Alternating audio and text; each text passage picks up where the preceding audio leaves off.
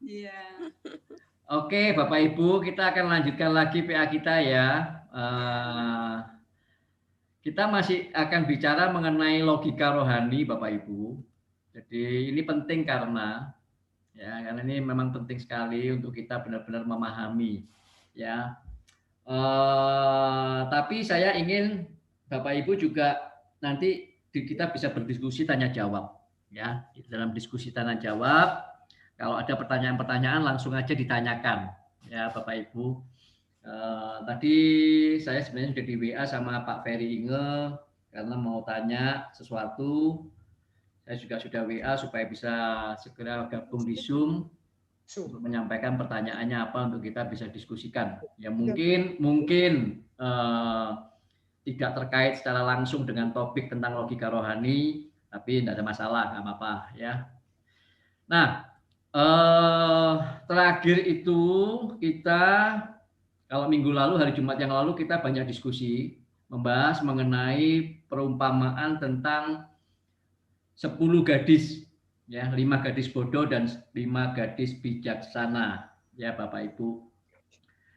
Dan dua minggu Jumat yang lalu, Jumat 2 minggu yang lalu, kita sudah mendengar kata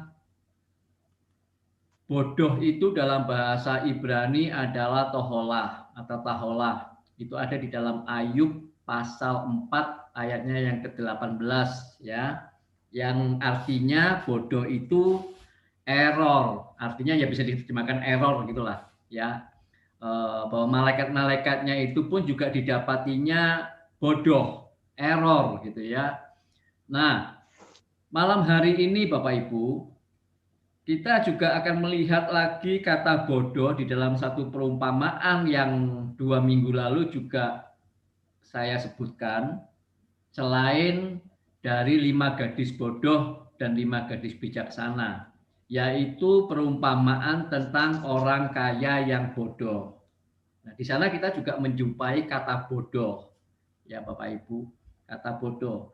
Nah, itu juga digunakan kata yang sama, ya Bapak Ibu, dalam bahasa Yunani. Kata bodoh itu menggunakan kata afron, ya. Atau kalau mau diterjemahkan ke dalam bahasa Indonesia, tidak bisa berpikir. Tidak berpikir dengan tidak punya akal, tidak punya pikiran. Apa ya bahasa Surabayanya yang pas gitu ya? Jadi tidak punya akal, tidak punya pikiran, ya. Tidak punya otak. Nah ya kira-kira begitulah. Gak duwe otak, gak, apa itu bahasa kita ini ya Surabaya. Kira-kira begitu Bapak Ibu. Jadi bodoh itu begitu. Ya, jadi yang dimaksudkan itu begitu. Jadi memang afron, tidak punya pikiran, tidak punya akal. Saya malah dapat satu apa namanya kata dalam bahasa, atau ini bahasa Hokkien atau bahasa Mandarin biasa ya. Mungkin yang tahu mungkin tako malam. Oh, taje, ya. Atau taje. Holihodu. Apa ya Holihodu itu ya? Itu koi, Holihodu. Holihodu ya. Apa itu? Ya. Itu artinya apa, Taje? Mulutnya itu sembarangan ngomong apa? Apa ya? Holihodu itu sembarangan gitu loh. Oh, sembrono. Sembrono. Ya, sembrono. Nah, itu juga salah satu kata yang bisa diterjemahkan sebagai bodoh, sembrono. Jadi gak mikir gitu, gak mikir gitu ya, sembrono. Nah, itu ngawur gitu loh. Jadi itu juga bisa digunakan kata itu sebagai terjemahan dari afron dalam bahasa Yunaninya ya, orang kaya yang bodoh. Nah, cuman kita menarik Bapak Ibu untuk kita bisa memperhatikan perumpamaan ini, perumpamaan tentang orang kaya yang bodoh ini. Ya, kenapa saya angkat? Karena perumpamaan ini sangat-sangat menarik. Ya. lewat perumpamaan ini Bapak Ibu bisa saya percaya akan semakin clear buat kita. Ya. Oke, jadi apa itu logika rohani? Ya. Nah, perumpamaan ini ada di dalam Lukas 12. Ya, Bapak Ibu, ada di dalam Lukas 12. Kita bisa sama-sama baca di dalam Lukas 12 ayatnya yang ke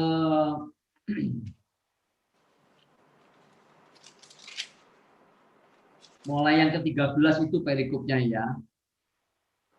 Mulai yang ke-13 itu perikopnya Bapak Ibu itu adalah orang kaya yang bodoh. Ya, jadi toholah afron gitu ya bahasa Yunaninya. Nah, itu sampai dengan ayatnya yang ke-21. Nah, kita akan bedah satu-satu ya Bapak Ibu ayat-ayat ini supaya kita mendapatkan gambaran dan kemudian kita akan menemukan kebenaran-kebenaran atau mutiara-mutiara kebenaran lewat perumpamaan ini ya Bapak Ibu. Nah, pada waktu itu ayat 13, 14 itu Tuhan Yesus itu sedang ditanya dalam ketika mau menceritakan perumpamaan itu mengenai apa? Mengenai pembagian warisan. Ya, kalau kita baca di sana. Ya. Mengenai pembagian warisan, ya. Dan kemudian Tuhan Yesus berkata bahwa siapa yang mengangkat aku menjadi hakim atau pengantara atas kamu? Menjawab begitu. Nah, terus kemudian ia mengatakan ayat 16, kemudian Tuhan Yesus mengatakan kepada mereka suatu perumpamaan, ya. Itu setelah ayat 15-nya Tuhan Yesus berkata, berjaga-jagalah dan waspadalah terhadap segala ketamakan. Sebab walaupun seorang berlimpah-limpah hartanya, hidupnya tidak tergantung pada kekayaannya itu. Nah, barulah pada ayat yang ke-16, Bapak Ibu, Tuhan Yesus kemudian menceritakan kepada mereka suatu perumpamaan. Nah ini. Ya, suatu perumpamaan yang kemudian diberi judul sebagai judul perikop adalah orang kaya yang bodoh. Ya. Karena di dalam perumpamaan ini kemudian Tuhan Yesus berkata, ada seorang kaya, tanahnya berlimpah-limpah hasilnya. Ya. Orang kaya ini adalah seorang petani. Ya, Bapak Ibu. Ini penting untuk kita bahas supaya Bapak Ibu menemukan seluruh gambaran utuhnya dan kemudian nanti akan lengkap pemahamannya. Orang kaya yang diceritakan oleh Tuhan Yesus ini adalah seorang petani yang dikatakan di sana tanahnya berlimpah-limpah hasilnya. Nah, Bapak Ibu,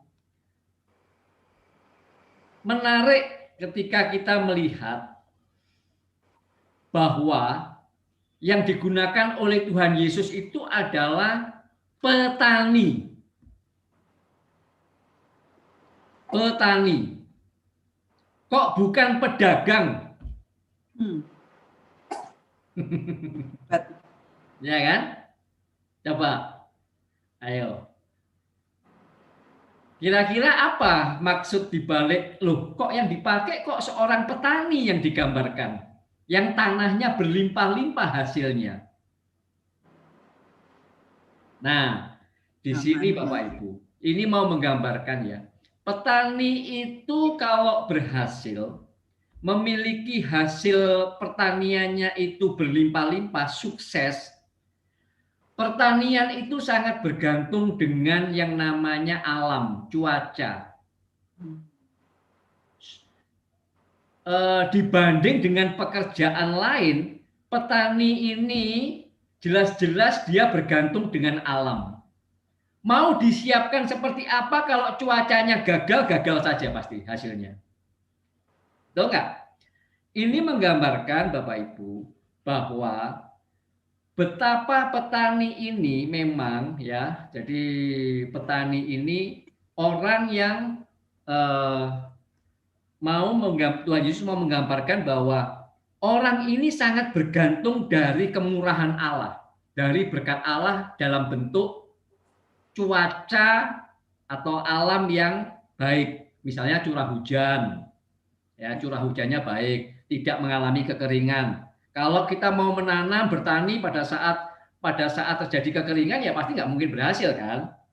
Nah, jadi ini mau menggambarkan bahwa petani ini mengalami hasil tanahnya itu berlimpah-limpah itu karena alam, karena cuaca, karena curah hujan, dan itu hanya berasal dari Allah, gitu ya.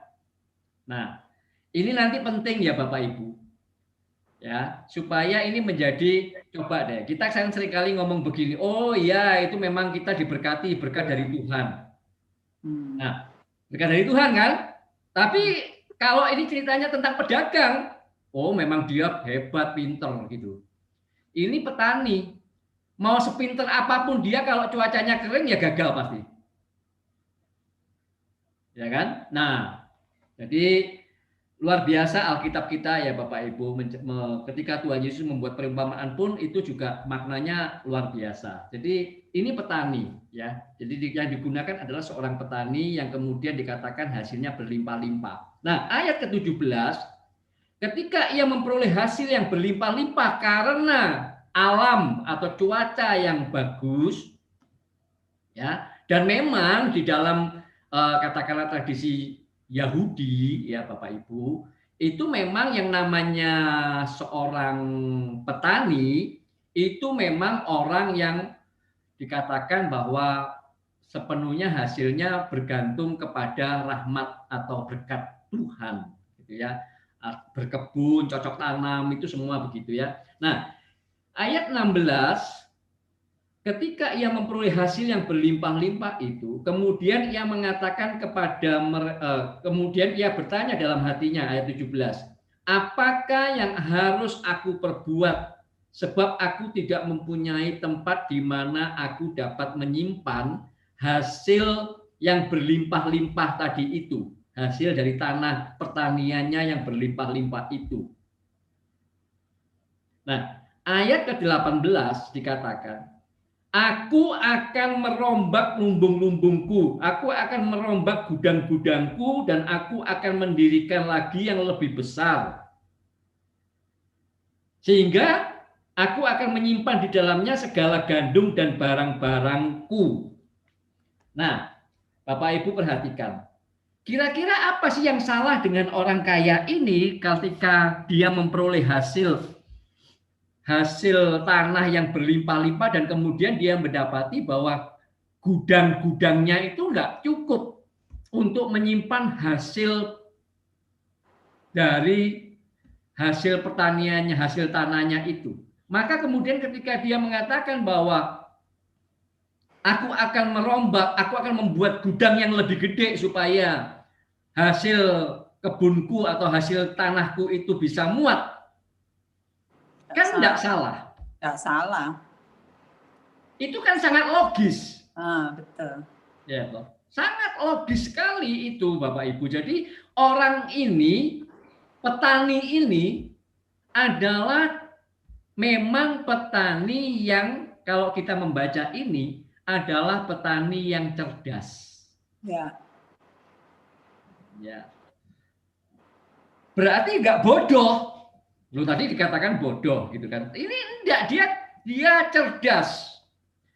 Terbukti Bapak Ibu kecerdasannya kalau dikatakan bahwa hasilnya berlimpah-limpah itu karena memang alam mendukung, cuaca mendukung, tetapi juga di sana pastilah orang ini menguasai seluk-beluk pertanian dengan baik.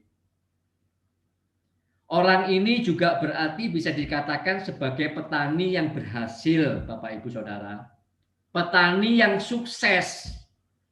Dan kalau kita mendengar kata sukses, ketika kita mendengar kata berhasil dalam bidang apapun, termasuk juga pertanian sekalipun memang itu bergantung dari alam, tetap di sana juga dibutuhkan yang namanya kerja keras. Dibutuhkan yang namanya sebuah kemampuan dalam bidang pertanian. Artinya dia menguasai memang bidang itu. Orang ini, petani ini yang kemudian memperoleh hasil tanah yang berlimpah-limpah itu Bapak Ibu adalah orang yang memang menguasai bidangnya dan seorang yang bekerja keras dan dia orang yang cerdas. Terbukti dia sangat responsif kok ketika kemudian dia mendapati bahwa hasil kebunnya itu, hasil tanahnya itu tidak cukup ketika mau dimasukkan disimpan dalam gudangnya, dia bisa dengan cepat dia akan berkata, kalau begitu aku akan bongkar gudang-gudangku, aku akan bikin lagi gudang yang lebih gede. Ya.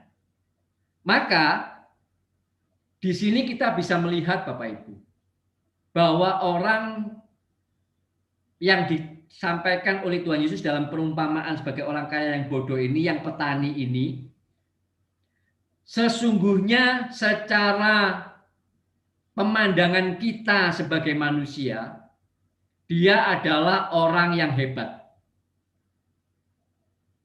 Dia adalah orang yang hebat. Dia adalah seorang pekerja keras.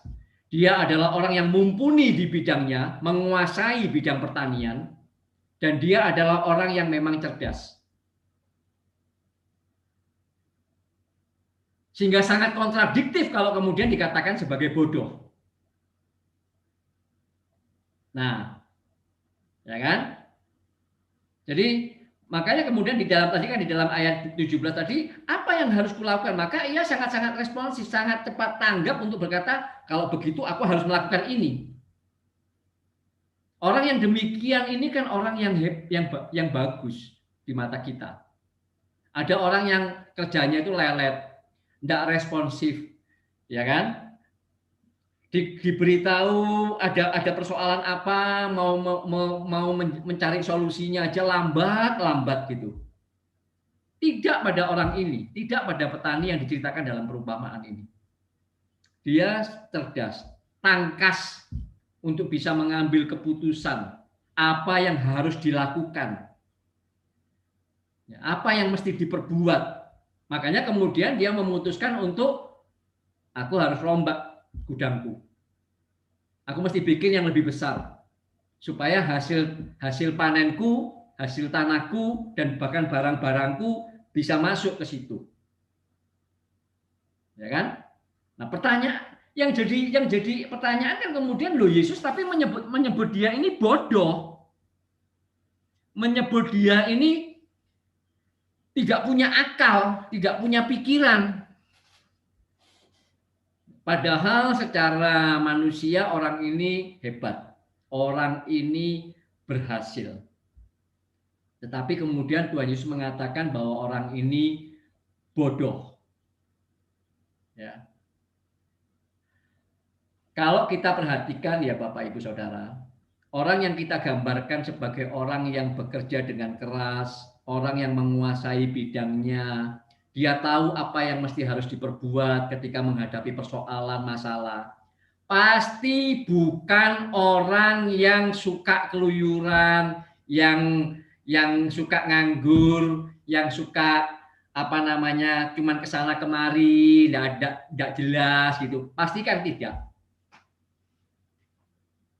Jadi kalau digambarkan hari ini, orang yang diceritakan dalam perumpamaan ini oleh Tuhan Yesus seharusnya adalah orang yang memang bisa dikatakan sebagai orang yang sukses, orang yang berhasil. Bahkan tidak menutup kemungkinan orang yang demikian ini adalah orang yang terpandang di masyarakat. Ya Bapak Ibu. Kenapa? Loh. Ya karena memang orang yang demikian pasti tidak mungkin orangnya itu keluyar-keluyur gitu. Tidak mungkin. Tidak mungkin orang yang keluyar-keluyur. Orang yang pasti dia akan terlihat tekun. Bekerja dengan sungguh-sungguh. Ya, sehingga memperoleh hasil yang baik. Gitu loh, dalam pekerjaannya, dalam bidang yang ditekuninya. Ya, Bapak Ibu. Nah, sama seperti katakanlah kalau kita menggunakan katakanlah pekerjaan-pekerjaan yang lain, maka orang ini kalau ibarat seorang salesman gitu misalnya, maka dia adalah salesman yang bekerja keras. Dia salesman yang cerdas. Sehingga kemudian salesman ini memperoleh hasil yang luar biasa penjualannya. Ya. Pasti bukanlah seorang yang sukanya di kafe, nongkrong di kafe atau nongkrong di mana, pasti enggak, pasti tidak, Bapak Ibu. Ya, sehingga orang ini bisa dikatakan adalah menurut ukuran manusia, menurut ukuran kita adalah orang yang memang orang yang baik. Ya. Orang yang baik. Orang yang rajin. Ya, orang yang tekun bekerjanya. Bahkan dia cerdas. Sehingga dia memperoleh hasil dari apa yang dia kerjakan karena memang orang ini sungguh-sungguh didapati menguasai bidangnya. Ya, Bapak Ibu. Nah, dengan gambaran yang demikian, Bapak Ibu, maka sebenarnya orang yang diceritakan dalam perumpamaan Tuhan Yesus ini seharusnya adalah orang yang pasti kalau kita ketemu dengan dia, dengan orang yang demikian, maka kita akan mengatakan bahwa orang ini ciamik, jempol. Orang yang berhasil. Ya, Bapak Ibu. Nah, disinilah kemudian kita akan membedah di mana kebodohannya. Ya, Bapak Ibu. Di mana kebodohannya? Kebodohannya di ayat 19. Di kebodohannya di ayat 19, ya Bu Marta. Sekarang kita lanjutkan. Ya, di ayat 19 Bapak Ibu, kemudian kita akan mendapati setelah ayat tadi 18 dia akan membongkar gudang-gudangnya, membuat yang lebih gede lagi ya. Maka kemudian di ayat 19, sesudah aku membongkar gudang-gudangku dan membuat yang lebih gede lagi supaya bisa muat hasil tanahku, gandum dan barang-barangku, maka kemudian aku akan berkata kepada jiwaku, katanya, hai jiwaku, ada padamu banyak barang-barang, tertimbun untuk bertahun-tahun lamanya. Beristirahatlah, makanlah, minumlah, dan bersenang-senanglah. Bapak Ibu, kalau kita baca sepintas ayat 19 ini, sekarang saya mau tanya kepada Bapak Ibu Saudara. Kalau kita sudah bekerja dengan keras, kalau kita sudah bekerja dengan luar biasa, memperoleh hasil yang juga baik, sangat baik, luar biasa seperti petani ini. Panennya berlimpah-limpah, hasil pekerjaan tangan kita berlimpah-limpah. Deposito kita menjadi menggelembung besar, harta kita jadi banyak.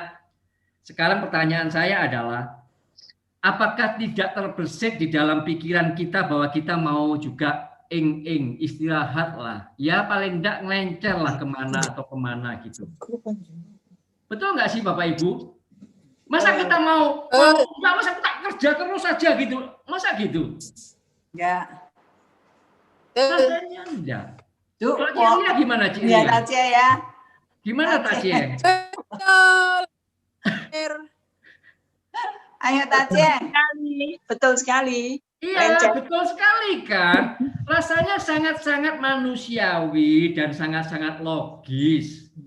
Bukan tidak paling paling Cicen toh, enggak pergi lenceng. Oh, kalau Cicen enggak, Ya, Cicen cukup di rumah. Ya, Cicen. Jadi Bapak Ibu, adalah hal yang sangat logis kalau setelah kita itu bekerja dengan keras, ya. Kita itu berjuang dengan keras, kita itu kemudian mengalami keberhasilan. Misalnya kemudian kita sudah perjuangkan ya sebuah proyek gitu ya dengan perjuangan yang hebat dan kemudian proyek itu berhasil kita dapatkan. Dan kemudian proyek itu berjalan, kita lembur kerja keras betul ya. Dan kemudian proyek itu selesai dan kemudian kita dapat keuntungan entahkah itu misalnya M, 10M atau berapapun lah. Masa terus kemudian kita enggak istirahat dan kemudian kita akan aku mau kerja lagi, cari proyek lagi gitu. Rasanya enggak. Pasti kita akan mengatakan bahwa sekarang aku mau keluar negeri deh. Aku mau pergi ke Singapura atau aku mau pergi ke Jepang atau aku mau pergi ke Eropa. Ya kan? Enggak salah loh. Masa itu salah sih? Enggak. Duwe dhewe. duit dewe hasil dari kerja kerasnya. Ya. Ya kan Bapak Ibu? Ya. Ya. Nah, jadi sebenarnya ini tidak ada yang salah dengan apa yang dikatakan oleh orang ini. Kalau kita lihat secara dari sudut pandang itu loh Bapak Ibu. Ya, tidak ada yang salah. Wong dia memang sudah berhasil kok, dia sudah bekerja keras kok. Sekarang dia mau menikmati. Salahnya di mana? Salahnya karena kita Salahnya jeblok di gak eling be Tuhan. Hah? karena kita sudah mendengar firman kecemplung. Gak eling gak eling be Tuhan. Nah, wes, karena kesalahannya kita memilih Tuhan Yesus. Dagingnya Coba tok. kita memilih dunia, ya wes enak kok. Dagingnya sing digedekno. Nah, Nah, Bapak Ibu, Nggak. Bapak Ibu di sini ada satu kata yang kemudian sebenarnya ini yang membuat salah. Ya. Dan memang disinilah sebenarnya. Ya. Dikatakan di situ, hai jiwaku, ada padamu banyak harta, banyak barang. Tertimbun untuk bertahun-tahun lamanya. Beristirahatlah, makanlah, minumlah, bersenang-senanglah. Maka ketika ayat 20 di situ dijawab, firman Allah kepadanya, hai engkau orang bodoh, pada malam ini juga jiwamu akan diambil.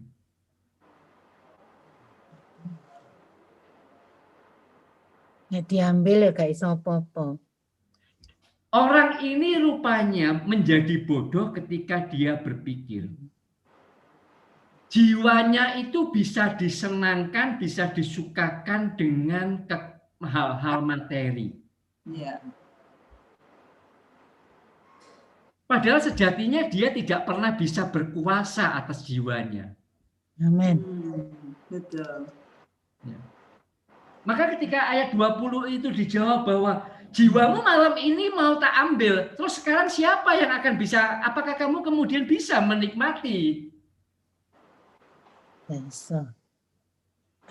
Nah ini loh Bapak Ibu. Banyak di antara orang-orang Kristen, kalau kita mau jujur mungkin juga kita juga dalam level-level tertentu. Ya Bapak Ibu, ternyata juga memiliki cara berpikir yang dimiliki oleh orang kaya ini, seperti orang kaya ini. Ya. Padahal Bapak Ibu, orang ini secara tampak luar kalau kita pandang, sulit untuk kita mengatakan bahwa orang ini bodoh. Apalagi seandainya orang ini orang Kristen. Terus kemudian dia hari Minggu pergi ke gereja. Dia memberi persembahan. Bahkan memberi perpuluhan, bahkan membantu gereja dengan uang yang kekayaannya.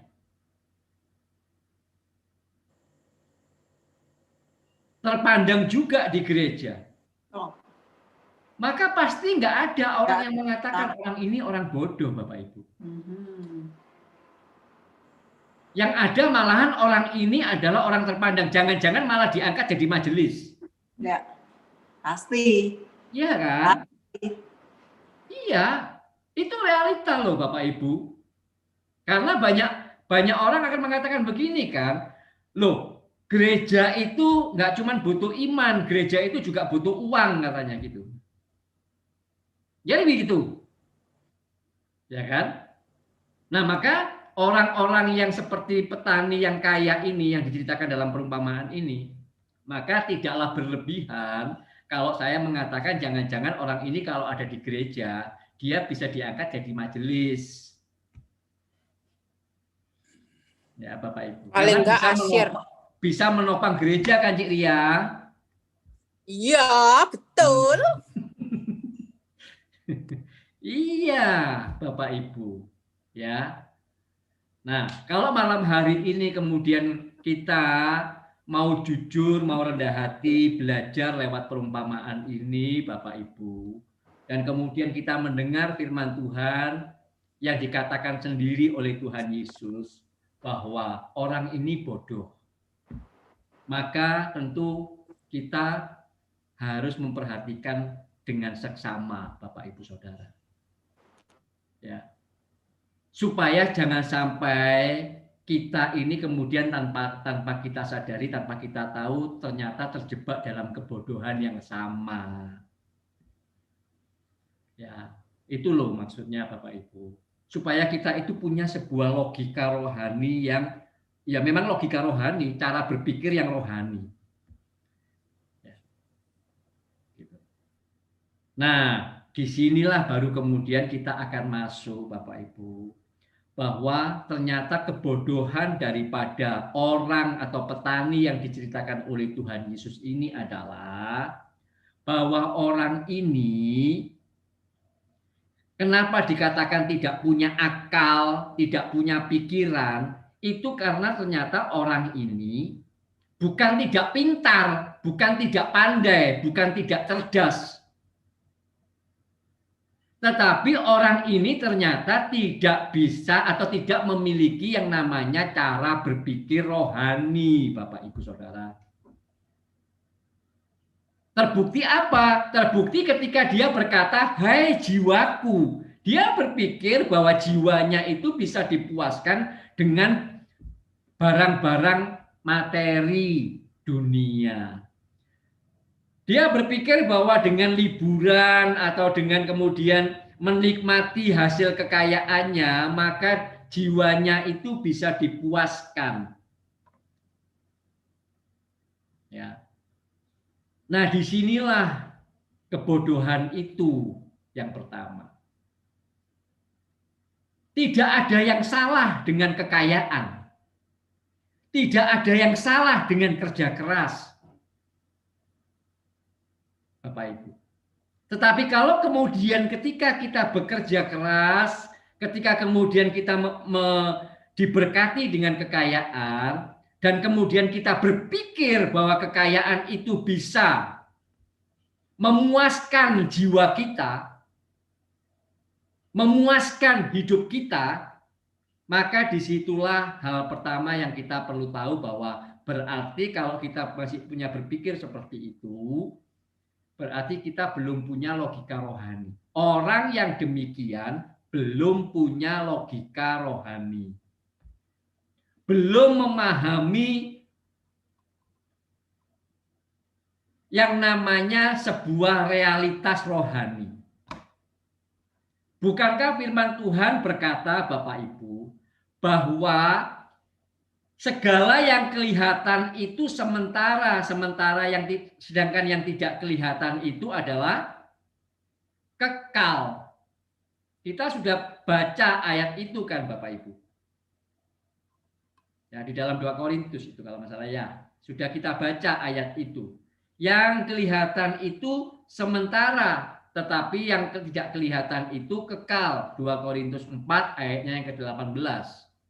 Nah, orang yang diceritakan dalam perumpamaan ini dikatakan bodoh karena dia tidak memiliki, tidak mengerti tentang yang namanya logika rohani, sebuah realitas rohani. Bahwa yang seluruh yang kelihatan itu sesungguhnya adalah bersifat sementara, Bapak Ibu Saudara. Mau seberapapun banyaknya, itu sungguh-sungguh adalah sementara. Ya. Nah, satu hal yang sangat menarik ketika kita membaca sebuah kisah dari seorang pemberita Injil, ya, yang dikatakan sebagai obor Asia. Ya.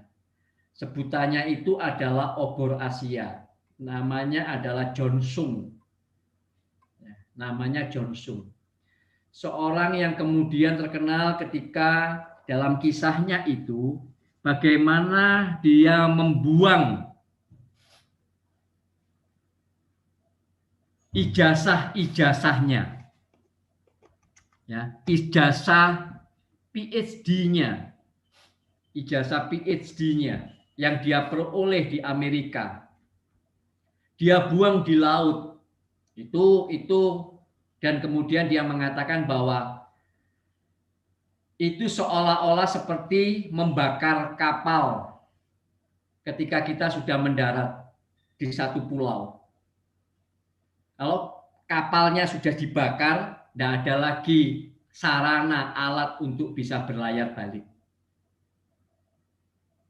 Nah, sekali waktu Bapak Ibu, ya, ketika Johnson ini ditanya dalam biografinya, mengapa kamu yang sudah PhD dalam bidang teknik, kalau nggak salah waktu itu, seorang ahli kimia, ya, dengan gelar doktor gitu ya, PhD, kok kemudian mau menjadi seorang penginjil? Nah, terus untuk apa kamu selama ini bersusah payah mencapai atau menggapai gelar PhD itu, kalau akhirnya kamu kemudian memutuskan menjadi penginjil? Kan nggak perlu PhD ahli kimia, teknik kimia. Menarik ketika kemudian Johnson menjawab, mengatakan bahwa sekarang aku sudah memahami realitas yang sesungguhnya.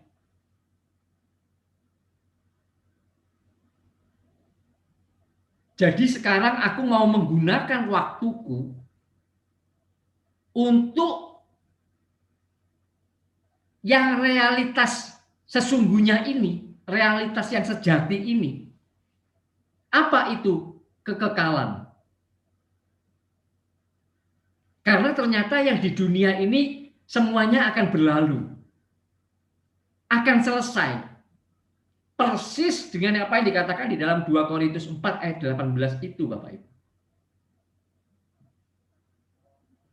Dan memang itulah kemudian yang dilakukan oleh Johnson, sehingga kemudian orang ini, penginjil ini, sampai juga di Indonesia, sampai juga di Surabaya,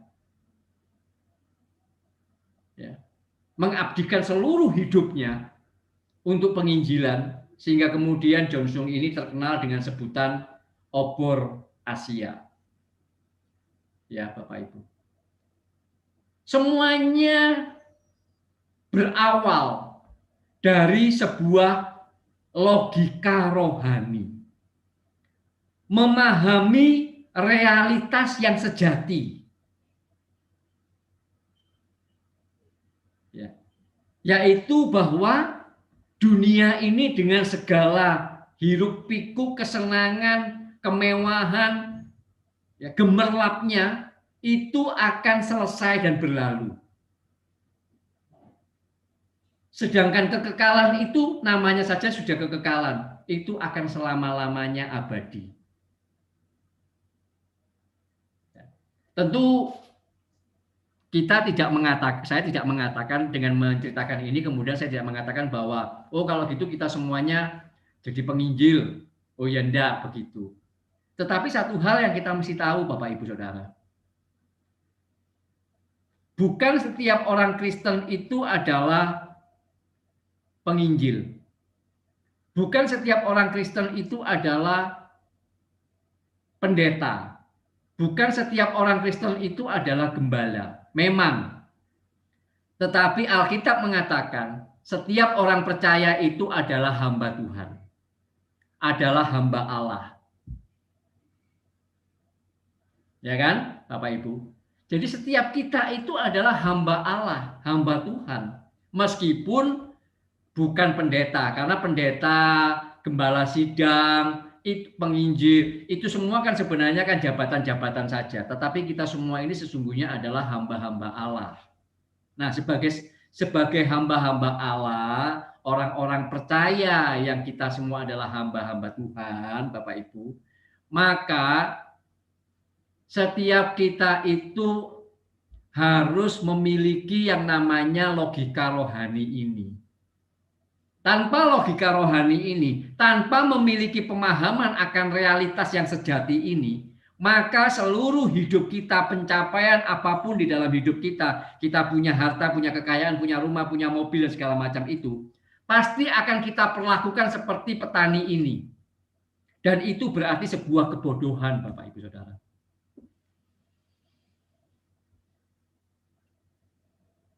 Nah, jadi disinilah kita membedah perumpamaan Tuhan Yesus tentang orang kaya yang bodoh ini.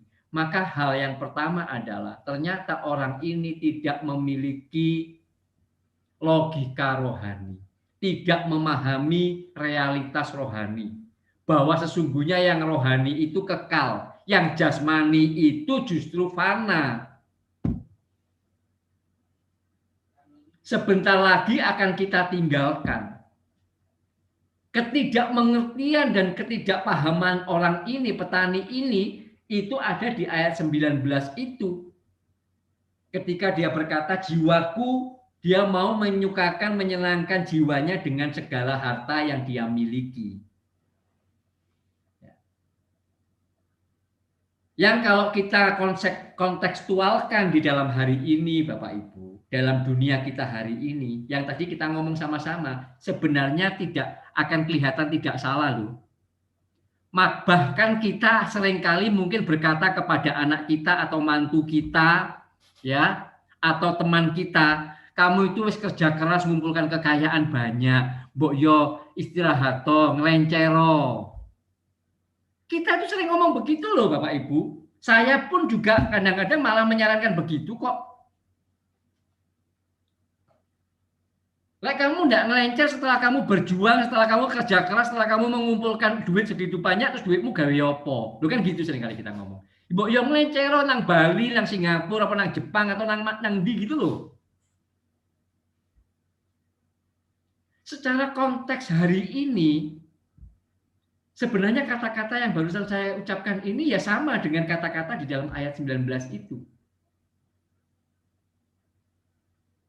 Kita mau menyenangkan, kita mau menyukakan hati kita, jiwa kita, itu dengan pemandangan yang indah, dengan liburan, dengan beli mobil yang baru, apapun lah, Bapak Ibu. Dan ternyata itu adalah sebuah kebodohan, Bapak Ibu Saudara. Mengatakan hal ini bukan berarti kemudian kita tidak boleh liburan, ya Bapak Ibu. Bukan berarti kemudian kita tidak boleh beli mobil yang bagus, bukan, Bapak Ibu. Tetapi di sini menjadi sebuah kebodohan kalau kita berpikir dengan punya mobil yang lebih bagus, dengan punya rumah yang lebih mewah, dengan liburan yang setahun bisa semakin kita liburan kemana maka kita akan semakin happy, jiwa kita akan semakin tenang, kita akan semakin sukacita, kita akan semakin bahagia. Nah di situ salahnya, di situ bodohnya Bapak Ibu. Karena yang namanya jiwa kita itu tidak akan pernah terpuaskan dengan materi. Kita mungkin sudah sering mendengar dalam khotbah, ya, meskipun mungkin dalam pemahaman yang saya nggak tahu khotbahnya bagaimana, tapi malam hari ini Bapak Ibu akan dengar dari angle yang berbeda, dan angle ini pasti benar, bahwa di dalam jiwa kita itu, di dalam hati kita itu ada satu rongga yang tidak mungkin bisa dipuaskan oleh siapapun kecuali oleh Allah sendiri, ya kan? Ini loh yang namanya orang yang memahami realitas kekekalan, yang memahami bahwa realitas yang sejati itu adalah Allah. Jiwa kita itu hanya bisa dipuaskan oleh Allah, Bapak Ibu. Bukan oleh barang-barang dunia, apapun itu. Ya. Hari Rabu yang lalu saya sempat menyinggung, ya, ketika saya ketemu dengan seorang yang kaya, ya, mungkin 1 tahun atau 2 tahun yang lalu, saya lupa ya, karena kebetulan ketemu itu karena mau konseling dengan istri saya ya terkait mengenai anaknya. Ya memang orang Kristen, tapi Kristennya ya Kristen biasa saja. Usianya sudah sekitar 60 lebih sekian lah, 60 lebih. Waktu itu sekitar 1 atau 2 tahun yang lalu, Bapak Ibu. Dan ketika di usia itu, ketika ketemu dengan saya dan kemudian saya tanya dia ke gereja mana gitu ya, karena memang ini seorang pengusaha kaya. Dan kemudian saya cerita bahwa saya sharing mengenai hal ini, dan kemudian ternyata Bapak Ibu, orang ini mengaminkan ketika dia katakan bahwa iya, dia bilang, benar yang kamu ngomong. Saya itu setahun bisa liburan 3-4 kali dengan keluarga. Entah itu ke Jepang, entah itu ke Eropa, terus pokoknya keliling-keliling dunia lah. Itu rombongan satu keluarga besar begitu. 1 tahun bisa 3-4 kali, karena memang orang kaya. Tapi kemudian ketika sharing dengan saya, ketemu waktu itu, dia ngomong, bener yang kamu ngomong. Memang akhirnya terakhir-terakhir ini ya, setelah saya mungkin juga usia ya, dia bilang, saya sudah malas pergi kemana-mana sekarang. Dia bilang, pergi liburan ke Jepang, di sana 2 minggu. Ya paling ya memang kita lihat pemandangan ini itu, toh juga kan tidak semuanya enak kok. Kadang-kadang kita juga dijengkelkan di bandara, dijengkelkan di tempat apa namanya itu liburan, karena mungkin petugas hotel atau pelayanan yang kurang ini, ketemu orang yang menjengkel dan segala macam. Nggak semuanya indah juga, ya kan? Setelah 2 minggu berlalu, pulang ke rumah, ngelihat foto-foto atau ngelihat video pada waktu dibuat selama liburan 2 minggu, paling 1 bulan kemudian kita sudah lupakan. Sudah sibuk lagi dengan pekerjaan, dengan proyek dan segala macam, sudah lewat lagi. Nanti ketemu lagi 3 bulan, 4 bulan lagi, kita mau planning lagi, rencana lagi, mau liburan lagi, kemana lagi. Tak pikir-pikir, ya memang iya, aku sekarang malas katanya. Tidak ada gunanya ternyata semuanya itu katanya. Saya dalam hati, saya mungkin belum pernah, saya tidak sekaya orang ini dan belum pernah mengalami 1 tahun bisa 3-4 kali liburan dengan keluarga ke luar negeri, keliling dunia di mana-mana. Tetapi orang yang pernah mengalami ini, orang yang saya temui ini, ternyata mengatakan hal yang sama seperti yang dikatakan oleh Salomo, Bapak Ibu Saudara. Salomo itu orang yang paling kaya. Tidak ada lagi orang yang kaya di bumi ini selain Salomo. Salomo itu juga dikatakan sebagai orang yang paling berhikmat. Ketika Allah memberikan hikmat kepada dia. Ya kan? Tidak ada lagi orang di dunia ini yang lebih berhikmat daripada Salomo. Tetapi di dalam kitab Pengkhotbah, setelah Salomo ini melewati masa-masa di mana dia jatuh oleh karena 1000 selir dan istri-istrinya yang 1000 jumlahnya itu, yang dari berbagai-bagai bangsa, dan dia jatuh dalam penyembahan-penyembahan berhala, mengikuti istri-istrinya itu. Kalau kita pandang secara manusia, Bapak Ibu, maka Salomo ini sudahlah, tidak ada bandingannya. Mau cari apa lagi Salomo? Harta melimpah luar biasa. Sebagai seorang laki-laki, sebagai seorang raja, bahkan dicatat istrinya 1000. Rasa-rasanya tidak ada yang perlu apa lagi sekarang Salomo. Tetapi ketika di dalam Pengkhotbah dia mengatakan semuanya sia-sia. Di bawah kolong langit ini, di bawah matahari ini, semuanya sia-sia. Ya, Bapak Ibu Saudara. Maka Kalau orang yang seperti Salomo saja dengan hikmat dan kekayaannya, ketika dia kemudian mencoba memuaskan jiwanya dengan wanita dan hartanya, dan dalam skop yang kecil ketika saya ketemu sharing dengan seorang pengusaha kaya ini, yang juga ternyata mendapati yang kurang lebih sama juga begitu kan. Maka memang Bapak Ibu Saudara, kita harus malam ini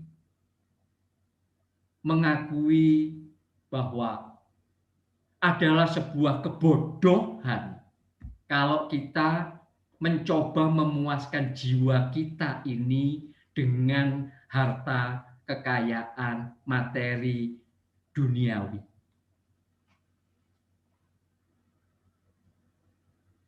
Jiwa kita ini kekal adanya. Tidak bisa ada yang memuaskan jiwa kita yang sejati kalau bukan Allah sendiri. Maka petani di dalam orang kaya di dalam perumpamaan yang Tuhan Yesus ceritakan ini adalah bodoh karena tidak memahami sebuah realitas kekekalan, Bapak Ibu Saudara. Dia berpikir bahwa jiwanya bisa dipuaskan dengan harta kekayaan yang melimpah. Nah, malam hari ini dengan membedah perumpamaan ini, maka inilah mutiara kebenaran pertama yang bisa kita peroleh, Bapak Ibu Saudara. Janganlah kita menjadi orang-orang bodoh, bukan tidak pintar, bukan tidak pandai, bukan tidak cerdas, tetapi bodoh karena tidak memahami sebuah realitas yang sejati, realitas kekekalan. Bahwa jiwa kita itu kekal adanya. Dan jiwa kita yang kekal adanya itu tidak akan pernah bisa dipuaskan oleh apapun juga sebenarnya, kecuali oleh Allah yang kekal juga. Amin ya Bapak Ibu ya. Jadi ini adalah mutiara pertama yang kita bisa dapatkan melalui perumpamaan tentang orang kaya yang bodoh ini, Bapak Ibu Saudara. Jadi mulai malam hari ini, satu hal yang pertama adalah jangan lagi kita mencoba atau berusaha memuaskan jiwa kita dengan hal-hal, dengan kebodohan-kebodohan yang demikian. Ya. Ingat bahwa yang kelihatan semua harta kekayaan, semua apapun yang kelihatan itu sementara adanya, fana adanya. Yang tidak kelihatan, jiwa kita, Allah, kekekalan, itulah realitas yang sesungguhnya. Itulah realitas yang sejati, Bapak Ibu Saudara. Ya. Nah, ini hal yang harus kita benar-benar pahami dengan benar, Bapak Ibu. Ya.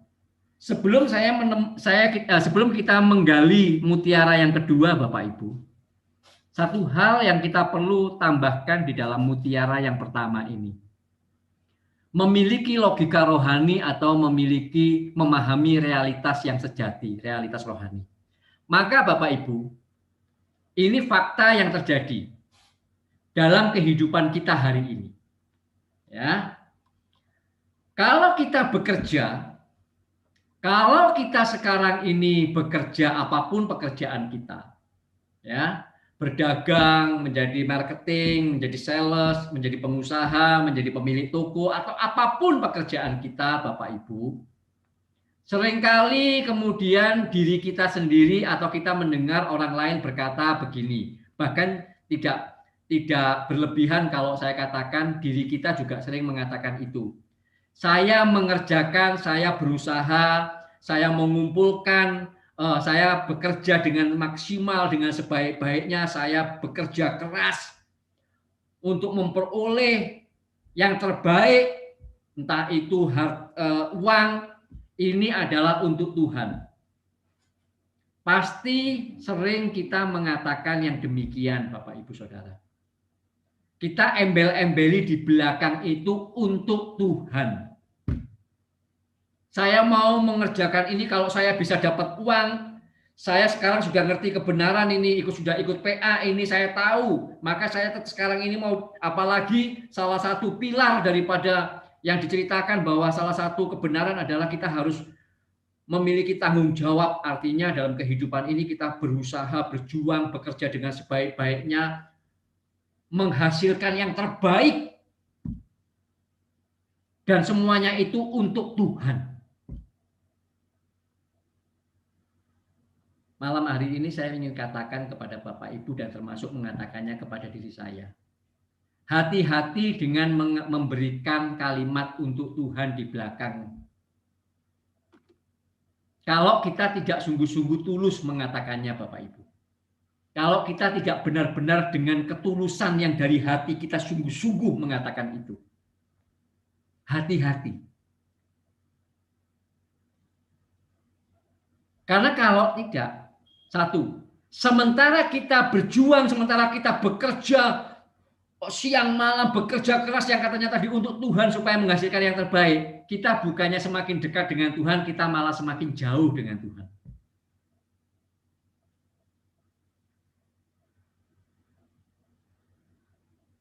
Hati-hati Bapak Ibu. Kalimat itu pendek di belakang. Untuk Tuhan, untuk kemuliaan Tuhan. Nanti dengan kekayaan, dengan apa yang tak miliki, dengan pencapaian-pencapaian saya ini untuk kemuliaan Tuhan. Hati-hati. Apakah memang itu benar-benar tulus, sungguh-sungguh tulus kita katakan? Pasti buahnya kelihatan. Jangan-jangan nanti malah ketika kita berjuang dengan luar biasa, tadi saya katakan, kita bukannya jadi semakin dekat dengan Tuhan, malah kita semakin hilang, semakin jauh dengan Tuhan. Satu. Kedua, hati-hati juga kalau kita tidak tulus mengatakan itu Bapak Ibu. Kenapa? Karena setelah kemudian nanti kita lihat buahnya, setelah kita kemudian memperoleh hasil daripada perjuangan kita, maka ternyata itu kita gunakan untuk diri kita sendiri.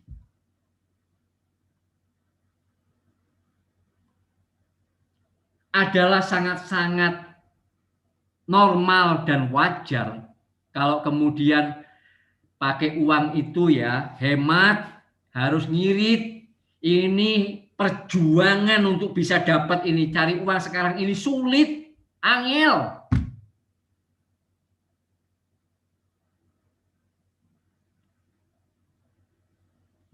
Maka kemudian orang yang mengatakan untuk kemuliaan Tuhan dengan tidak tulus, ketika kemudian memang dia mendapatkan hasil kerja kerasnya, ternyata justru malahan bukan semakin murah hati, semakin pelit. Dan kemudian dia semakin menggunakan hasil kerja kerasnya itu bukan untuk menolong orang lain, untuk kemudian memang untuk kemuliaan Tuhan, tetapi justru dia gunakan untuk dirinya sendiri, untuk keluarganya sendiri, dan semuanya untuk semua.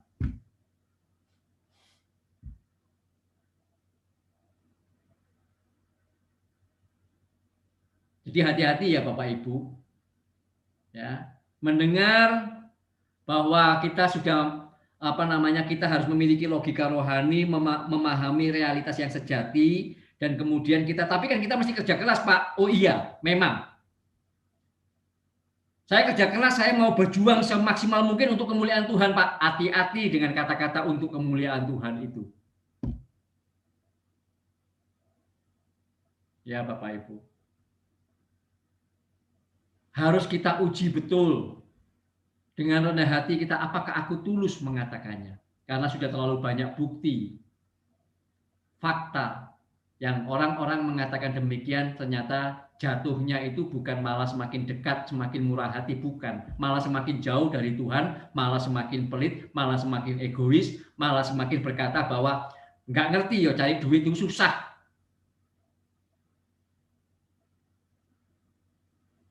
Semakin berkata demikian. Jadi memahami, memiliki logika rohani tentang yang namanya realitas kekekalan itu harus disertai dengan sebuah hati yang tulus. Karena memang memahami realitas kekekalan itu bukan berarti membuat kita jadi malas. Membuat kemudian kita itu jadi seperti orang Jawa bilang itu, ya wis wis pasrah aja wis lah, wis apa jare. Bukan demikian.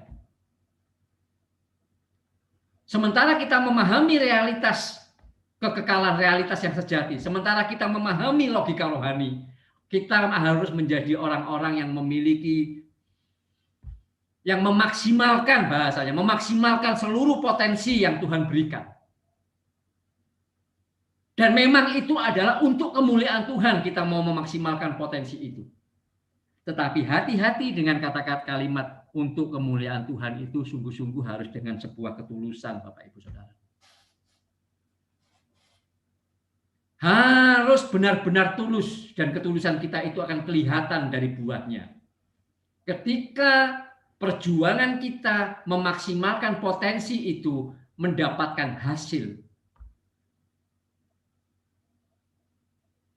Apakah memang benar-benar kita menjadi orang-orang yang lebih efektif untuk Tuhan, menjadi orang-orang yang lebih murah hati, yang suka menolong orang-orang yang membutuhkan pertolongan, atau malah justru kita menjadi orang yang egois, orang yang mau menikmati hasil perjuangan yang memang pasti tidak mudah dan tidak ringan itu, kemudian tapi akhirnya mengatakan gak ngerti apa lek kita itu nyambut gawe soro-soro ini golek duit soro lu.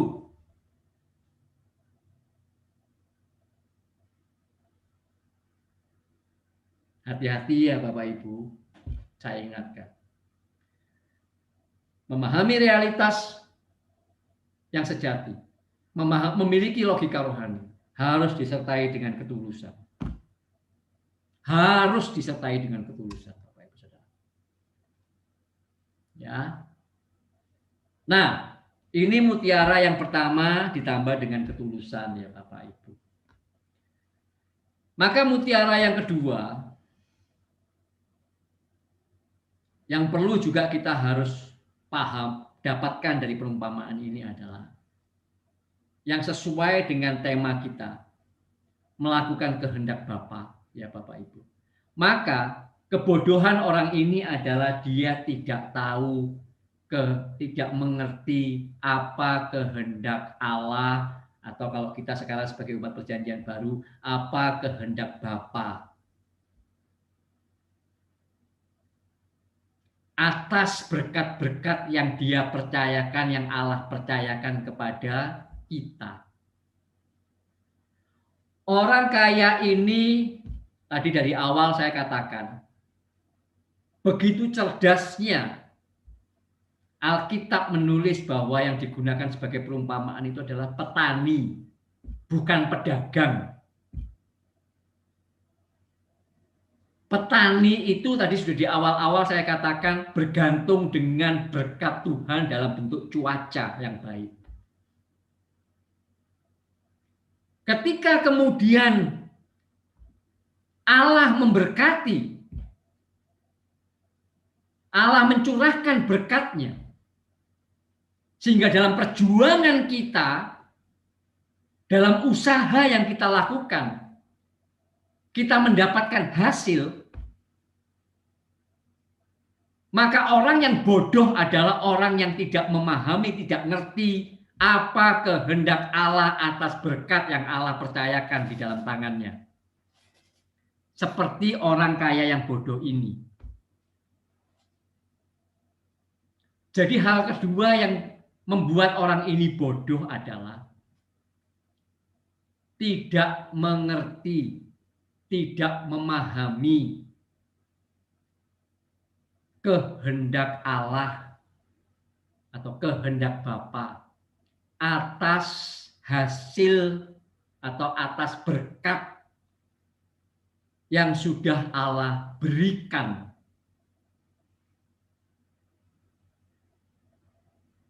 Nah ini Bapak Ibu. Makanya tidaklah heran kalau kemudian orang kaya dalam perumpamaan ini mengatakan bahwa yang di ayat 19 itu, ya Bapak Ibu, dia menggunakannya untuk dirinya sendiri. Dia tidak tahu bahwa berkat Allah itu diberikan itu tentu untuk satu maksud. Ketika Allah memberkati, maka tentu Allah punya rencana, Allah punya maksud. Orang yang bodoh tidak pernah mencari tahu apa kehendak Allah untuk yang ada di dalam hidupnya. Dalam hal ini adalah berkat yang Allah curahkan. Sebenarnya bukan cuma berkat. Orang yang dikatakan bodoh adalah orang yang tidak tahu apa yang menjadi kehendak Allah di dalam hidupnya. Itu sebenarnya. Termasuk di situ di dalam hidupnya itu adalah kekayaan yang Allah berikan. Tetapi bukan cuma semata-mata kekayaan. Harus hidupnya seluruhnya. Apa yang Allah kehendaki dari hidupku? Nah ini Bapak Ibu. Maka orang yang memiliki logika rohani harus sekarang bertanya kepada diri masing-masing. Tuhan, Bapa, sesungguhnya apa yang Engkau kehendaki untuk aku lakukan? Apa kehendak-Mu bagiku? Kalau aku ada hari ini, sebagaimana aku ada ini, dengan istri, dengan anak-anak tinggal di sini, dengan kekayaan begini, dengan pengetahuan yang aku miliki, dengan posisi jabatan yang aku ada sekarang ini, dengan teman-teman yang aku ada sekarang ini, dengan semua yang potensi-potensi yang Allah berikan. Sebenarnya maksud Allah, kehendak Allah itu apa?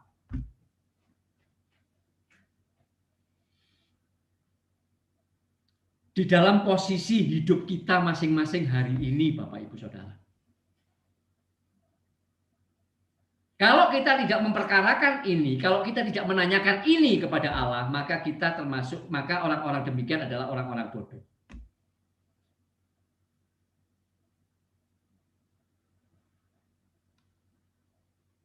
Ya, ini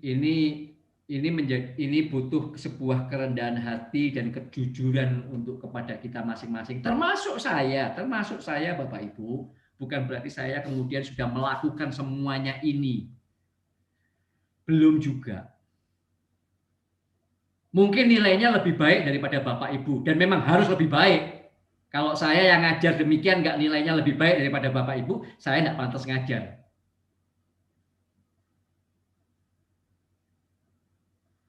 Ya. Tetapi nilai saya yang lebih baik daripada Bapak Ibu itu tentu juga masih punya banyak kekurangan. Saya bukan mengatakan saya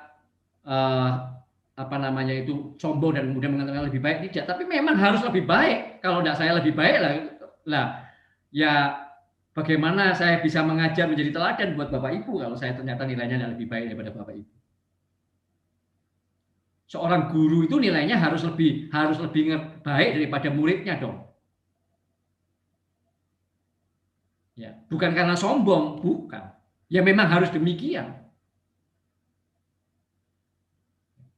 Tapi saya malam hari ini juga mengatakan kepada diri saya sendiri juga, Bapak Ibu.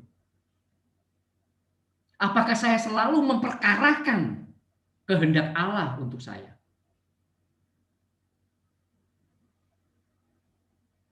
Dan kalau saya boleh sedikit cerita, Bapak Ibu ya, ketika Allah memanggil saya 27 tahun yang lalu, seharusnya 27 tahun yang lalu itu, atau paling tidak 25 tahun yang lalu itu, saya mestinya harus menyerahkan diri dalam kehendak Allah sepenuhnya. Tapi ternyata saya nggak ngerti itu. Baru tahun 2013 ketika momentum mungkin mama saya berpulang, rasa-rasanya baru saya itu ngeh. Setelah melewati berbagai-bagai peristiwa, butuh waktu 14 tahun lamanya rasanya saya untuk kemudian ngeh, dan itu pun juga ngehnya juga belum benar-benar ngeh betul, masih bimbang.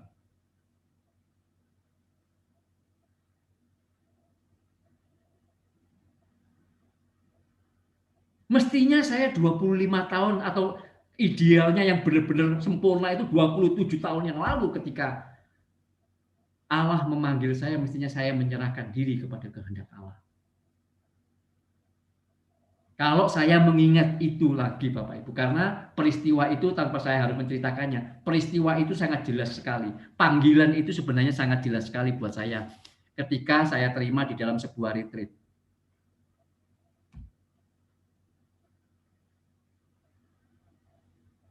Waktu itu saya masih berusia 25 tahun dengan berbagai-bagai antusiasme, dengan berbagai idealisme, dengan berbagai semangat anak muda. Nggak ngerti saya dengan kehendak Allah. Yang mestinya harus saya putuskan saat itu. Setelah lewat sekian lamanya, akhirnya karena kesabaran dan kebaikan Allah, sabarnya Tuhan. Kalau hari ini kemudian saya masih beroleh kasih karunia untuk melayani, untuk masuk di dalam panggilannya. Sekalipun itu sebenarnya panggilan itu sudah berlalu 27 tahun yang lalu sebenarnya Bapak Ibu. Kalau seandainya saya karena satu dan lain hal, misalnya meninggal, jangan-jangan saya masuk neraka.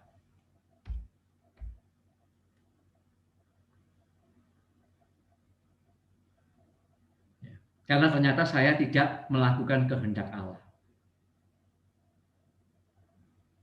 Ya Bapak Ibu. Nah, di sini loh Bapak Ibu kebodohan itu yang kedua. Mutiara yang kita bisa ambil dari perumpamaan ini.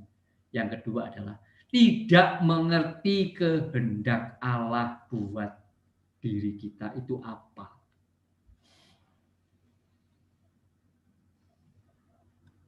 Ini. Dan ini sangat-sangat berbahaya sekali. Ya, sangat-sangat berbahaya sekali. Kita jadi nggak ngerti kehendak Allah karena kita itu masih orang-orang egois. Sama kayak orang kaya dalam perumpamaan ini. Ayat 19 itu kalau kita perhatikan dari mulai ayat 17 itu ya, mulai ayat 17 sampai ayat 19 itu coba Bapak Ibu perhatikan Alkitabnya. Coba temukan di situ kata aku, ku, berapa banyak coba. Coba dibaca lagi pelan-pelan dan temukan. Kata di situ ada kata aku dan ku. Berapa banyak aku dan ku di situ ditemukan. Coba baca pelan-pelan deh ayat 17 sampai dengan ayat 19 itu Bapak Ibu perumpamaan itu. Coba dihitung. Coba dihitung. Temukan kata aku dan ku. Berapa banyak?